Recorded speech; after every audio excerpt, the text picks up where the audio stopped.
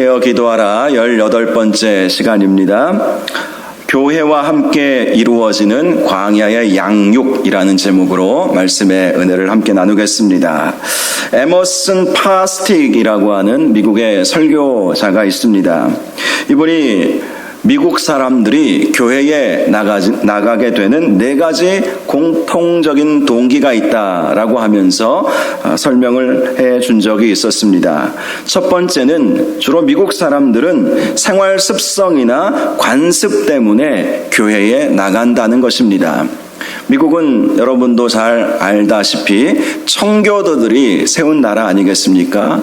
그리고 미국이 기독교를 국교로 받아들이지는 않았지요. 종교의 자유를 인정하고 있는 나라이기 때문에 다른 여러 종교들도 있지만 전반적인 나라의 분위기는 기독교적 분위기라고 할 수가 있습니다. 그래서 미국 사람들이 교회에 나가는 주된 이유 중에 하나, 동기 중에 하나는 습관에 따라서 관습에 의해서 교회를 나가게 된다라는 것입니다. 두 번째로는요, 자기가 좋아하는 목사님의 설교 말씀을 듣고 싶어서 교회에 나가게 된다고 합니다. 말씀을 듣고 위로도 얻고 힘도 얻고 또 유명한 목사님들이 미국에 참 많이 있지 않습니까? 심지어는 어떤 성도들은 어떤 그리스도인들은 투어를 하는 사람들도 있어요. 자기가 한 교회를 딱 정해놓고 그 교회를 열심을 다해 우리가 섬기는 것이 진정한 모습 아니겠어요? 그런데 유명하다는 목사님 설교 찾아서 듣기 위해서 또 그 예배의 광경을 구경하기 위해서 가는 그런 사람들도 있다고 합니다. 세 번째로 교회란 좋은 곳이기 때문에 교회에 나가서 여러 가지 봉사활동을 하다 보면 사회적으로도 인정받기 때문에 나가는 사람들도 있다는 것입니다. 아무래도 교회 하면 세상 사람들이 교회를 비난하고 욕한다 할지라도 교회만큼 선한 곳이 세상에 어디 있겠습니까? 교회만큼. 우리도 우리의 헌금 내어서 구제하고 봉사하고 사회를 섬기고 또 선교사님들 돕고 또 세계의 재난 상황이 일어나면 누구보다도 앞서서 도우려고 하는 그런 모습이 우리 성도들에게 있지 않겠습니까? 그래서 특별히 미국 사회에서는 교회는 굉장히 좋은 곳으로 그렇게 사람들이 생각을 하고 있어요. 한국보다는 분위기가 훨씬 좋습니다. 한국은 여러 종교들도 있고 기독교적인 분위기가 좀 미국보다는 약한 것이 사실이죠. 그런데 저도 미국에서 공부하면서 보니까 미국 사람들은 목회자 하면 굉장히 존경하고 존중하려는 마음이 기본적으로 있습니다. 한국은 그렇지 않은 경우도 있죠. 물론 성도들은 교육자들, 목회자들을 존중하지만 믿지 않는 사람들은 목회자를 그렇게 존중하려는 마음이 없죠. 그런데 미국 사회에서는 교회는 좋은 곳이다, 목사님들은 좋은 분들이다 라는 기본적인 베이스가 이렇게 깔려 있는 것이죠. 그래서 다른 곳에 가서 봉사하고 헌신하는 것보다 교회를 중심으로 봉사하고 헌신하는 것이 훨씬 더 다른 사람들이 보기에 존중받고 또 존경을 받을 수 있는 분위기이기 때문에 교회에 나간다는 것입니다. 네 번째로 일시적인 위안을 얻기 위하여 교회에 나가게 된다는 것입니다. 아무래도 마음이 답답하고 지치고 힘들 때에 교회에 나가서 하나님 앞에 예배 드리면 하나님께서 주시는 위로를 경험할 수 있지 않겠습니까? 또 말씀을 통해서 힘을 얻을 때도 있잖아요. 그리고 성령 하나님께서 역사하셔서 우리에게 권능을 베풀어 주시고 지쳐서 쓰러질 때 우리를 일으켜 주시는 그러한 경험들을 하지 않습니까? 그래서 미국 사람들도 그러한 위로, 평안함을 얻기 위해서 교회에 나가게 된다는 것입니다. 나쁘지는 않죠. 결코 나쁘지는 않습니다. 교회에 나가는 것은 우리의 습관이 되어야 합니다. 습관처럼 형식적으로 나가는 것은 문제가 되겠지만 교회에 나가는 것이 우리의 습관이 되어야 한다는 것은 정말 맞는 말이죠. 교회 안 나가면 뭔가 큰 죄를 짓는 것 같고 뭔가 잘못될 것 같고 이 생각을 하는 것이 정상적인 것입니다. 그게 정상적이죠. 오히려 교회를 안 나가면 오히려 하루 놀 시간이 주어져서 기분 좋다 이렇게 생각하면 그분은 택자인지 불택자인지 심히 고민해 보아야 할 것입니다. 정말 하나님께서 택한 영혼은 습관이 되어 있는 것이죠. 교회 주일이면 항상 자례를 지키고 그리고 열심히 봉사하고 그 외에 다른 공예배에도 가급적 함께 모여 기도하고 하나님을 찬양하고 예배하는 것이 즐겁고 이 교회 나가는 것이 습관이 되어야 하는 것은 당연합니다. 그리고 조하는 목사님의 설교 말씀을 듣는 것도 정말 중요하죠. 여러분, 믿음은 들음에서 납니다. 들음에서 나기 때문에 설교 말씀을 듣기 위해 교회 나간다, 목사님의 말씀을 듣기 위해 교회 나간다, 이것도 나쁘지 않습니다. 당연히 그렇게 해야 우리의 믿음도 자라갈 수 있기 때문입니다. 또 교회를 중심으로 구제하고 선한 일을 하는 것도 참 중요하죠. 그럴 때 믿지 않는 사람들이 하나님을 알게 되고 또 하나님께 영광 올려드리게 되고 우리를 통해서 복음이 전파될 수 있는 기회가 주어지기 때문입니다. 또 예배를 통해서 하나님으로부터 위로를 얻고 샘을 공급받는 것도 굉장히 중요한 일입니다. 종교개혁자들은요, 교회에 3대 표지가 있다고 했습니다. 3대 표지. 이 표지를 어떻게 설명을 드려야 할까 가만히 생각해 보니까, 여러분 책을 보면 겉표지가 있죠. 그러면서 그 표지를 보면서 이게 어떤 책이구나, 표지만 보면 제목도 나와 있고 또 대충 그 제목을 통해서 또 그 부제목도 있기 때문에 그 부제목을 읽어보고 또 저자가 누구인지 나와 있고 또 그 책의 내용이 어떤 것인지 책의 표지만 봐도 대충 감이 오잖아요. 그래서 출판사에서는 표지 디자인하는 것을 굉장히 중요하게 여기지 않습니까? 그런 의미로 생각해 보아도 되지 않겠는가, 이런 생각도 해 보았습니다. 교회에 3대 표지가 있다. 첫 번째로는 올바른 말씀의 선포이다 라고 했습니다. 즉 교회는 하나님의 말씀을 올바로 선포해야 하는 곳이다. 하나님의 말씀만을 전해야 한다라는 것입니다. 두 번째로는요, 올바른 성례전의 시행이라고 했습니다. 예수님은 성찬 예식을 통해서 나의 살과 나의 피를 기념하라 라고 말씀하여 주셨죠. 성찬 예식, 참 중요한 예식입니다. 성찬 예식을 통해서 예수 그리스도의 십자가 고난을 묵상하게 되고 나를 구원하여 주신 그 희생적인 예수님의 사랑을 깊이 바라보고 감사하고 눈물도 나는 시간이 바로 성찬식이기 때문이죠. 또 성례에는 세례와 또 유아세례 학습 이런 것들도 포함이 되어 있죠. 정말 제대로 세례 주고 제대로 그가 하나님의 백성이 되도록 만들어가는 것, 이것이 교회가 바르게 사역하는 모습이라는 것입니다. 세 번째는 올바른 권징의 시행이라고 했습니다. 권징이 무엇입니까? 권할 때는 권하고 칭찬할 때는 칭찬하고 상을 줄 때는 상을 주고 또 책망할 때는 책망하고 꾸짖을 때는 꾸짖고, 이것이 교회 안에 바로 시행이 되어야 바로 그것이 교회다라는 거예요. 바로 그것이 교회다. 오늘 새벽, 어제 새벽에도 지금 디도서 말씀 함께 묵상하고 있지 않습니까? 이 디도서 말씀은 사도 바울이 그의 동역자 디도에게 보낸 편지이죠. 일명 목회서신이라고 합니다. 디도는 당시 그레데 섬에서 목회를 하고 있었습니다. 사도 바울과 디도가 함께 그레데 섬에서 사역을 하다가 사도 바울만 빠져나오고 디도를 그레데 섬에 남겨두었던 것이지요. 그래서 이 목회서신을 디도에게 보내면서 이단을 경계하라, 이단을 경계하라, 교회를 흔드는 이단을 경계하라, 이런 말씀들을 해주고 있어요. 특별히 할레파 유대인들을 경계할 것을 말씀하고 있습니다. 그들의 입을 닫게 만들어야 된다, 이렇게 강한 어조로 말씀을 했습니다. 또 교회에 직분자들을 세워야 된다. 장로들과 감독들을 세워서 교회를 헌신적으로 섬길 수 있도록 만들어 가야 된다라는 사실을 말씀해 주었습니다. 그리고 오늘 새벽에는요, 그레데 섬에 있는 성도들을 하나님의 말씀으로 바르게 가르쳐라, 바르게 가르쳐라. 특별히 예수 믿는 성도로서 마땅한 삶의 방식들이 있어야 되지 않겠습니까?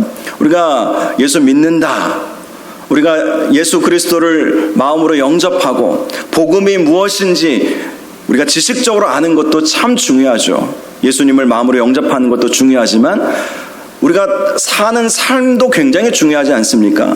그래서 사도 바울은 디도에게 어떻게 살아갈 것인지를 성도들에게 꼭 가르쳐 주어야 한다. 복음의 핵심 진리만을 선포할 것이 아니라, 물론 그것은 당연히 기본적으로 우리가 말씀을 가르쳐야 할 부분이기도 하지만 어떻게 살아야 하는지를 마땅히 가르쳐라. 그래서 늙은 남자들, 장년 남자 성도들에게는 절제를 가르치고 경건을 가르치고 신중할 것, 또 믿음, 사랑, 인내를 가르치라. 이렇게 말씀을 했습니다. 또 장년 여자 성도들에게는 거룩한 행실을 가지도록 가르치고, 모함하지 않도록 가르치고, 술에 종이 되지 않도록 가르치고. 그레데 섬 여인들은 술을 좀 많이 마셨나 봐요. 특별히 이렇게 말씀하고 있는 것을 보면 우리가 짐작할 수가 있죠. 그리고 특별히 이 장년 여자 성도들에게는 젊은 여자 성도들에게 선한 것을 가르칠 수 있도록 가르쳐라. 이렇게 말씀을 하고 있습니다. 본을 보이고 젊은 여자 성도들에게 정말 자녀를 사랑하고 남편을 사랑하고 신중하도록 순전하며 집안일을 잘하고 선하고 남편을 복종하도록 가르쳐라. 이렇게 말씀해 주었습니다.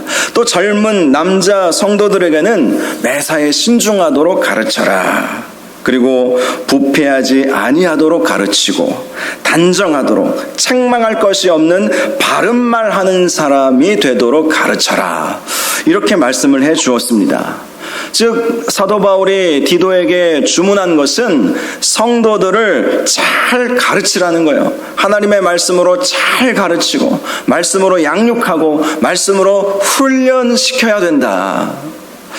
우리가 보통 제자훈련하면 성경 공부가 아니죠. 제자훈련은 옥하는 목사님, 사랑의 교회 옥하는 목사님 통해서 제자훈련이 한국교회에 이렇게 소개가 되고 마치 유행처럼 대부분의 교회들이 훈련 프로그램들은 다 가지고 있지 않습니까?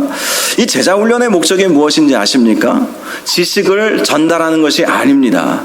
제자훈련은 삶을 변화시키는 훈련이지요. 삶을 변화시키는. 그래서 사도 바울도 디도에게 성도들의 삶이 바뀔 수 있도록, 왜 특별히 이렇게 그레데 성도들에게 이렇게 삶을 강조했을까? 디도서 말씀을 보니까요, 그레데 사람들은 속임수에 능했대요. 속임수에 능하고 또 짐승과 같았다. 짐승과 같았다는 것이 무엇을 의미합니까? 굉장히 싸나운 기질을 가지고 있었다는 거잖아요. 섬 사람들, 특별히 바닷가 사람들이 평지 내지 사람들보다 조금 더 싸납다는 얘기는 우리가 심심치 않게 듣지 않습니까? 말도 거칠고 행동도 거칠고 이 바닷가의 특징이 아마 있는 것 같아요. 그래도 섬이기 때문에, 아주 큰 섬이에요. 이 섬 사람들이기 때문에 굉장히 거칠었던 것 같아요. 그렇게 그들은 속임수에 능하고 또 짐승과 같이 아주 싸납고, 그렇게 그런 그 문화를 가지고 있었다는 것이죠. 그래서 특별히 사도 바울은 이 디도에게 그레데 섬에서 목회할 때 그레데 섬 사람들의 그러한 문화에 젖지 않도록 이 예수 믿는 성도들이 정말 신중하게 절제하고 바르고 선한 삶을 살게 하고, 그렇게 하나님께서 보시기에도 또 그렇게 함으로 하나님의 말씀이 비방받지 않도록 하라. 예수 믿는다는 사람이 왜 저래? 이런 소리 듣지 않도록 하라. 그렇게 강조를 했던 것입니다. 오늘 본문도 교회가 어떤 곳인지 우리에게 잘 보여주고 있죠. 교회가 어떤 곳인가. 지금 이제 마지막 심판의 때를 우리가 말씀을 통해서 보고 있지 않습니까? 쭉 우리가 그동안 요한계시록의 내용을 이렇게 정리를 해보면, 첫 번째는 7교회, 소아시아 7교회에 예수님께서 보내신 편지들을 살펴보았죠. 그리고 어린 양이 7인을 하나하나 떼실 때마다 이 세상에 내려졌던 심판, 유혹, 이런 것들을 함께 살펴보았습니다. 그리고 7천사가 7나팔을 하나하나 불 때마다 이 세상에 오게 되었던 심판과 재앙을 우리는 살펴보았습니다. 7나팔의 심판의 큰 특징은 첫 번째부터 네 번째 나팔까지의 심판은 자연계에 임하는 심판이다. 그리고 다섯 번째, 여섯 번째 심판은 인간을 향한 심판이다. 그것을 우리가 발견할 수 있었습니다. 그리고 마지막 일곱 번째 나팔이 불려졌을 때는 이 세상의 나라가 거치고 하나님의 나라가 올 것이다. 그리스도의 나라가 임할 것이다. 라는 그 선포가 일곱 번째 나팔이 불려졌을 때의 모습이라고 살펴보았죠. 세상 사람들이 의지하고 그렇게 이 세상에서 추구하고 쌓아두었던 모든 것들이 한순간에 무너질 것이다. 그러한 선포가 하늘로부터 이렇게 임하게 되니 그것이 믿지 않는 사람에게 있어서는 큰 고통이지 않았겠습니까? 자, 그러한 과정 속에서 이제 일곱 대접의 심판이 기다리고 있습니다. 이 일곱 대접의 심판은 마지막 심판이라고 할 수 있죠.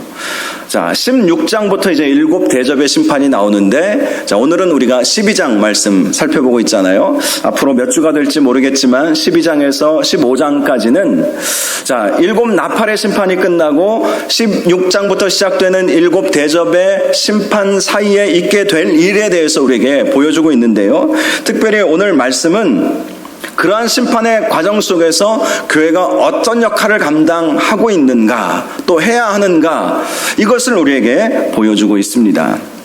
자, 먼저 1절을 보면 하늘에 큰 이적이 보이니 해를 옷 입은 한 여자가 있는데 그 발 아래는 달이 있고 그 머리에는 12별의 관을 썼다고 말씀하고 있습니다. 해를 옷 입은 한 여자, 해로 옷을 입을 수 있을까요? 그것은 아마 등에 해의 그 광채가 비춰져서 이 후광이 이렇게 빛나는 모습은 아닌가, 이런 생각을 해볼 수가 있죠. 해로 옷 입은 한 여자가 과연 누구일까? 역사적으로 여러 해석들이 있었지만 가장 복음적이고 성경적인 해석은 이 여자는 바로 주님의 몸된 교회를 의미하는 것입니다. 교회가 주님의 영광 가운데 있다는 것이죠. 해를 옷 입고 있다는 거예요. 세상 사람들이 아무리 교회를 비난한다 할지라도 우리 주님이 보시기에는 교회만큼 영광스러운 곳은 없다. 그 사실을 우리에게 말씀해 주고 있는 것입니다. 또한 이 말씀은 교회의 역할이 무엇인가를 말씀해 주고 있는 것이죠. 빛을 비추라는 것이죠. 어두운 곳에 교회가 빛을 비출 수 있어야 된다. 이것을 우리에게 말씀해 주고 있습니다. 또 그 발 아래에는 달이 있었다. 해를 옷 입고 발에는 달이 있었다라고 말씀하고 있습니다. 달은요, 영원성을 상징하고 있습니다. 시편 89편 27절을 보니까 그 궁창의 확실한 증인인 달같이 영원히 견고하게 되리라, 이런 말씀이 있어요. 물론 이 한 말씀만 가지고 이것을 해석한다는 것이 좀 과한 해석일지도 모르지만, 그러나 꼭 우리가 그런 뜻이 아니다라고 볼 필요도 없습니다. 이 달은 교회의 영원성을 상징하고 있다. 여러분, 물론 이 세상의 지상 교회들은 생겼다가 사라지기도 하죠.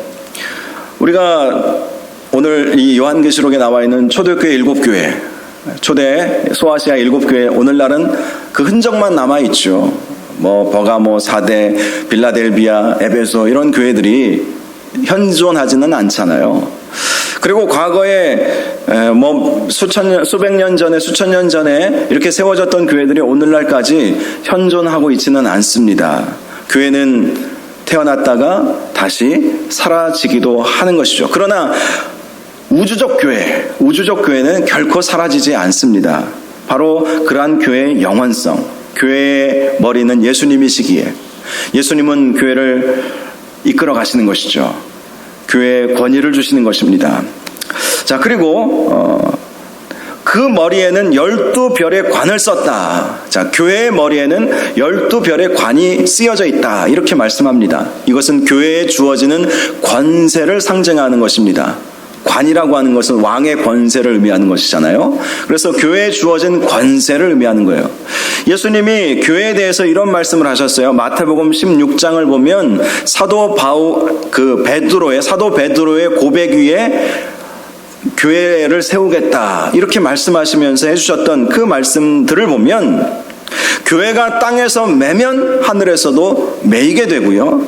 교회가 땅에서 풀면 하늘에서도 풀리게 됩니다. 그러니 하나님께서 주신 교회의 권세는 굉장히 크다라는 것을 말씀해 주는 것이죠. 여러분, 교회는 바로 이러한 곳입니다. 영광의 빛이 비추어지고 또 영원성 달을 상징하고 있는 영원한 교회이며, 그리고 하나님의 권위와 권세가 주어진 곳이 바로 교회라는 것이죠. 교회. 그러기에 이 필립 얀시가 썼던, 제가 종종 말씀드리는 책, 교회 나의 고민 나의 사랑, 이게 맞는 것 같아요. 이 지상교회는 여러 가지 안 좋은 모습들도 사실 나타나죠. 죄인들의 모임이기 때문에.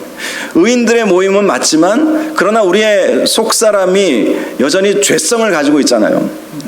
우리가 주님께서 우리 이 세상에 왜 오셨습니까? 의인을 찾으러 온 것이 아니라 저나 여러분과 같은 죄인을 찾으러 오시지 않았습니까? 그리고 그 죄인을 의롭다 하시고 모이게 하시는 곳이 교회입니다.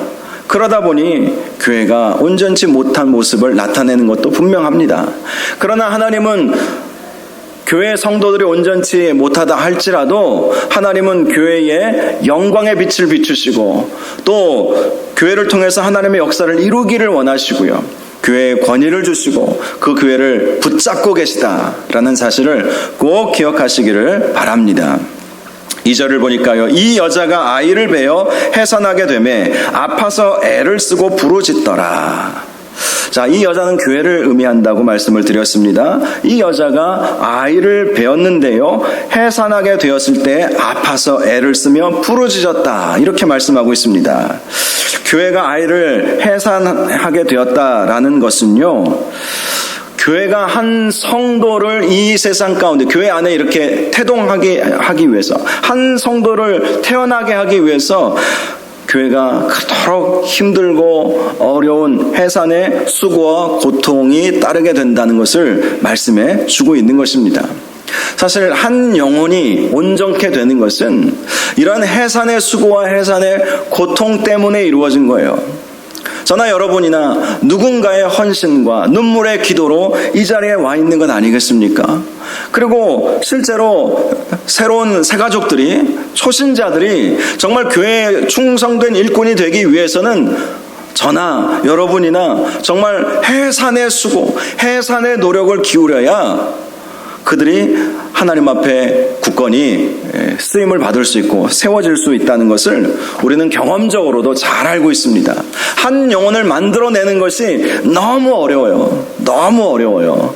그것도 온전한 성도를 만들어내는 것이 너무나 어려운 것입니다.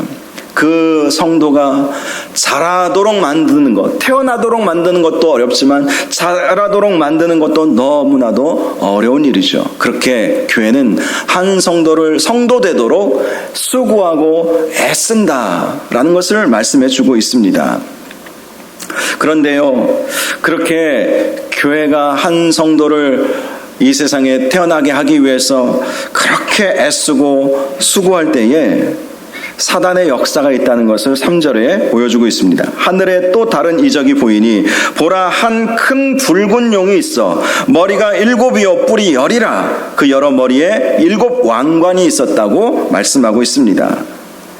이 붉은 용은 사탄을 말하는 것입니다. 교회가 해산의 수고를 통해서 영혼들을, 성도들을 잉태하고 태어나게 하려고 할 때에 사단은 그것을 뚫어지게 지켜보고 있는 것입니다. 사단의 모습에 대해 큰 붉은 용이라고 말씀하고 있죠. 크고 붉다는 것은 그가 행하는 죽음의 권세를 상징하는 것입니다. 죽음의 권세, 죽이려고 한다는 거예요. 우는 사자와 같이 삼킬 자를 두루 찾고 있는 사단의 모습을 보여주고 있는 것입니다. 그리고 그 용은 머리가 7이고 뿔이 10이다. 7이나 10이나 다 완전수를 말하는 것이죠. 완전한 그러한 권세, 막강한 권세를 가지고 그 뿔로 교회와 성도들을 들이받으려고 한다라는 것입니다. 4절을 보면 그 꼬리가 하늘의 별 3분의 1을 끌어다가 땅에 던지더라 라고 말씀합니다. 이 하늘의 별 3분의 1은 악한 귀신들을 말하는 것이죠. 사단의 수하에 있는 귀신들을 말하는 것입니다. 악한 영적 타락한 천사들, 타락한 존재들을, 영의 세력들을 말하는 것이죠. 그들을 땅에 던져서 해산하려는 여자 앞에서 태어나는 그 아이를 삼키려고 하고 있다. 그렇죠. 사단은 성도가 태어나는 것, 한 영혼이 굳건히 세워지는 것을 좋아하지 않습니다. 사실 한 영혼이 바로 서면 그 한 영혼으로 인해서 놀라운 역사도 이루어지는 것이거든요. 정말 그렇습니다. 한 영혼이 바로 서면 놀라운 역사들이 일어나요. 올 초에 에즈베리 부흥운동, 제가 전에도 한번 말씀드렸죠. 에즈베리 부흥운동이 그 에즈베리 대학교 안에서 있지 않았습니까?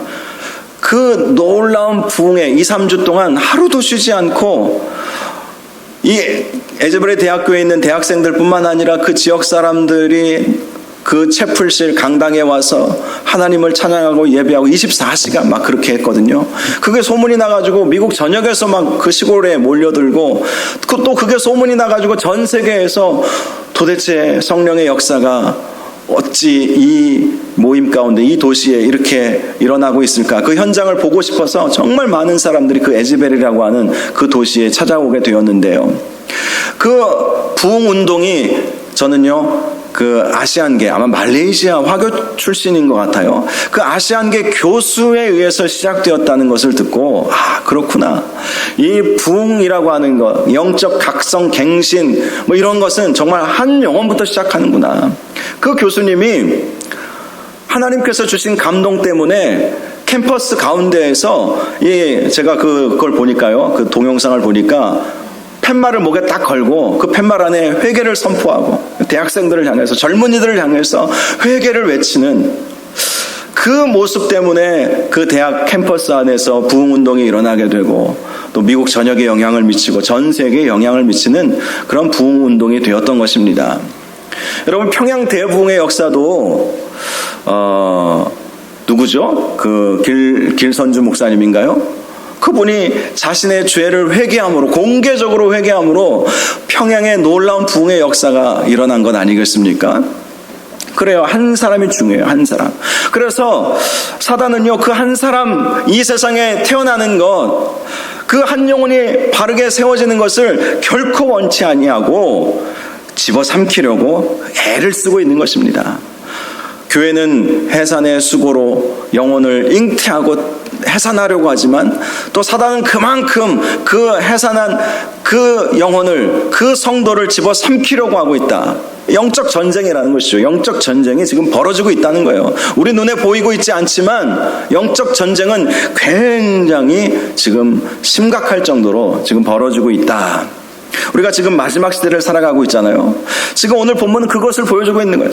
한쪽에서는 심판도 일어나고 유혹도 있고 재앙도 일어나고 있고, 그러나 교회는 교회대로 또 역할을 감당하지만 사단은 사탄대로 마지막 발악을 하고 있다는 것을 우리에게 보여주고 있는 것입니다.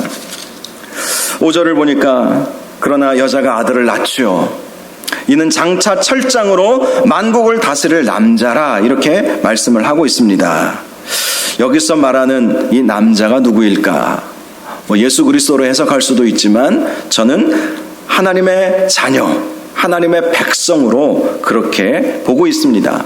전체 맥락의 흐름상 이 남자, 장차 철장으로 만국을 다스릴 남자. 우리 교단이 속해 있는 우리 장로교에서는요, 이 전천년설 중에, 천년설 중에 우리는 역사적 전천년설을 믿고 있습니다. 즉 예수님께서 재림하신 이후에 1000년 동안 하나님의 왕국이 이 땅 가운데 세워진다는 거예요. 이게 이제 역사적 전천년설이거든요. 자, 그런 관점에서 보면 저와 여러분은요, 만국을 다스릴 권세를 받게 돼요. 주님의 재림 이후에 1000년 동안 우리는 왕노릇하리라. 분명히 요한계시록에 말씀하고 있어요. 1000년 동안 왕노릇하리라. 10골을 차지하리라. 10골 차지할 권세가 우리에게 주어지는 거예요. 그러니 사단이 발악을 하는 것이죠. 우리가 누구입니까? 왕노릇할 사람들이라는 거예요. 하나님의 자녀이기 때문에. 우리는 하나님의 자녀예요. 그렇죠. 왕의 계승은 자녀들에게 이어지죠. 그 권세는 자녀들에게 주어지는 것이죠. 우리는 하나님의 자녀이기 때문에 하나님께서 하나님의 그 권세와 그 권위를 우리에게 맡겨주시는 거예요. 우리는 왕이 될 사람이라니까요. 왕. 우리는 임금 될 사람이에요. 10고를 차지하고 10고를 다스리게 될 그런 사람들이 바로 저와 여러분입니다. 그러니 사단의 공격이 그렇게 집요한 거예요. 우리가 그만큼 존귀하고 그만큼 놀라운 일들을 해낼 사람들이기 때문에 그렇게 집요하게 공격을 하는 것입니다. 그런데요, 가만히 우리가 왕이 되고 가만히 어떤 권세를 우리가 갖는 것이 아니죠. 제가 어떤 책을 보니까 조선시대에 세자들을 어떻게 교육했는지에 대한 내용을 보았거든요. 우리는 보통 생각할 때에 자연스럽게 왕의 장남 중에 자연스럽게 그냥 세자가 되고 왕이 죽으면 그가 그냥 왕이 되는 줄 알았어요. 저도 그 책을 보기 전까지는 그랬어요. 그런데 세자는요, 엄청나게 공부를 시킨답니다. 엄청나게 훈련을 시킨대요. 성균관에서 하여간 학문을 연마하고 또 정말 그 난해한 그런 질문들을 계속해서 던지면서 깊이 생각하게 만들고, 당시 조선시대가 그렇게 건국되었을 때 그 사대부들이죠. 그 고려시대의 왕권의 그 타락한 그 모습을 보면서 우리는 그러한 전철을 밟지 않아야 된다. 그러려면 왕을 잘 훈련시켜야 된다. 왕을 잘 교육시켜야 된다. 그것이 당시의 모습이었다고 하더라고요. 그래서 정말 하루 그 스케줄을 소화해내는 것이 굉장히 버거울 정도로 아침에 일찍 일어나서 아침에 왕에게 문안 인사하게 하고, 또 아침 공부하고, 토론하고, 또 다른 그런 그 건강을 위해서도 여러 가지 스케줄들이 있고, 이게 학자들하고 토론하는 시간이 하루 종일 저녁 시간까지 이렇게 쫙 잡혀 있었다는 거예요. 고3 생활을 맨날 하고 있는 것이죠. 고3 생활을. 왕 한 사람이 제대로 만들어지기 위해서는 그만큼 조선시대에도 훈련을 시켰던 거예요. 자, 오늘도 그것을 우리에게 보여주고 있죠. 6절을 보니까 그 여자가 광야로 도망하며 거기서 1260일 동안 그를 양육하기 위하여 하나님께서 예비한 곳이 있더라. 여자가 사단의 집요한 공격에도 불구하고 성도를 잉태했잖아요. 그를 광야로 데리고 도망간 거예요. 왜요? 거기서 1260일 동안 양육하기 위해서. 그 광야 양육의 과정을 거치도록 하기 위해서. 여러분, 한 사람이 제대로 신앙인이 된다는 것은 바로 이런 광야의 양육 기간이 필요하다는 것을 우리에게 말씀해 주는 것입니다. 그냥 되는 것이 아니에요. 그냥 되는 것이 아닙니다. 광야의 양육이라는 것은 힘들고 어려운 훈련의 과정을 말하는 것 아니겠어요? 예수님은 40일 동안 광야에서 간절히 기도하고 마귀와 영적 싸움에서 승리하셨죠. 사도 바울은 다메섹 도상에서 예수님 만나고 회심한 이후로 3년 동안 아라비아 광야로 들어갔습니다. 그리고 거기서 말씀을 통해서 훈련받고 깊이 하나님을 묵상하고 하나님과 깊은 교제를 나누는 그러한 시간을 갖지 않았습니까? 그러한 과정이 필요하다는 거예요. 저는 그래서 이런 생각도 해보았습니다. 신앙생활이 힘들다면 잘하고 있는 것이다. 사실 우리는 그러한 고난, 고통, 그런 훈련의 과정을 거쳐서 하나님께서 기뻐하시는 온전한 하나님의 사람이 되어 가는 거예요. 그래서 신앙생활이 힘들고 어렵고 부담되고, 우리가 사실 주님의 일을 감당한다는 것이 때로는 버거울 때도 있잖아요. 그런데 그것은 잘하는 거예요. 왜? 우리는 지금 광야의 연단, 광야의 양육, 광야의 훈련 기간 가운데 있기 때문이죠. 그러나 그 기간은 끝날 것입니다. 우리 주님 오시면 끝나는 거예요. 사실 우리가 이 세상을 살아가는 것 자체가 광야의 연단, 훈련이라고 할 수 있는 것이죠. 그 훈련을 잘 이겨내야 한다는 거예요. 이겨내면 사단이 감히 넘보지 못하게 된다는 것을 우리에게 말씀해 주고 있습니다. 사랑하는 여러분, 우리가 이 세상을 살아가는 것은 어찌 보면 광야에 내몰린 것처럼 느껴질 수도 있을 것입니다. 그러나 하나님의 의도하심대로 우리가 이 세상에서 여러 가지 연단도 받고 고난도 받고 힘들고 어려운 일들도 경험하게 되는 것입니다. 하나님께서는 우리가 그러한 광야의 연단, 광야의 양육을 잘 받기를 원하세요.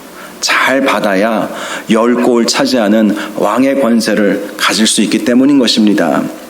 특별히 그러한 왕의 권세를 갖기 위해서는요, 하나님께서 우리에게 말씀해 주신 그 말씀을 깊이 묵상하고 말씀에 순종하고 하나님 앞에 기도하고 아무리 힘들고 어려워도 주님의 몸된 교회를 잘 섬기고 열심히 기도하고 그러면서 우리의 믿음이 더욱더 자라가도록 그렇게 해야 할 것입니다. 말씀을 정리하겠습니다. 교회는 한 영혼을 출산하기 위해서 해산의 수고를 아끼지 않습니다. 그런데 사탄은 지금도 한 영혼의 해산을 방해하고 있습니다. 그러나 교회는 그를 보호하기 위해서 광야로 성도를 데리고 가서 양육을 시킵니다. 이것이 오늘 본문의 핵심입니다. 저와 여러분이 사단의 권세를 이기기 위해서 또 왕노릇하기 위해서 말씀과 고난, 훈련과 헌신으로 잘 양육받으셔서 우리의 믿음이 더 깊어지고 하나님과 더 깊은 교제를 나누면서 우리가 믿음의 성장을 이루어 나갈 수 있기를 주님의 이름으로 축원합니다. 이 시간 우리 함께 기도하기를 원합니다. 주님께서는 우리를 광야로 모르시고 또 그곳에서 양육을 시켜주십니다. 3년 반의 기간 동안 하나님께서는 우리를 양육하기를 원하십니다.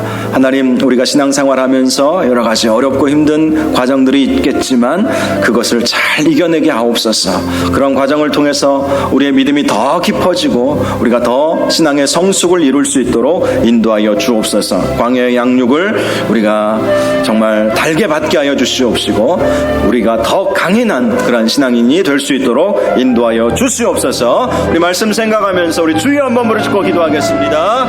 주여, 거룩하시고 존귀하신 아버지 하나님, 주님, 교회는 한 성도를 해산하기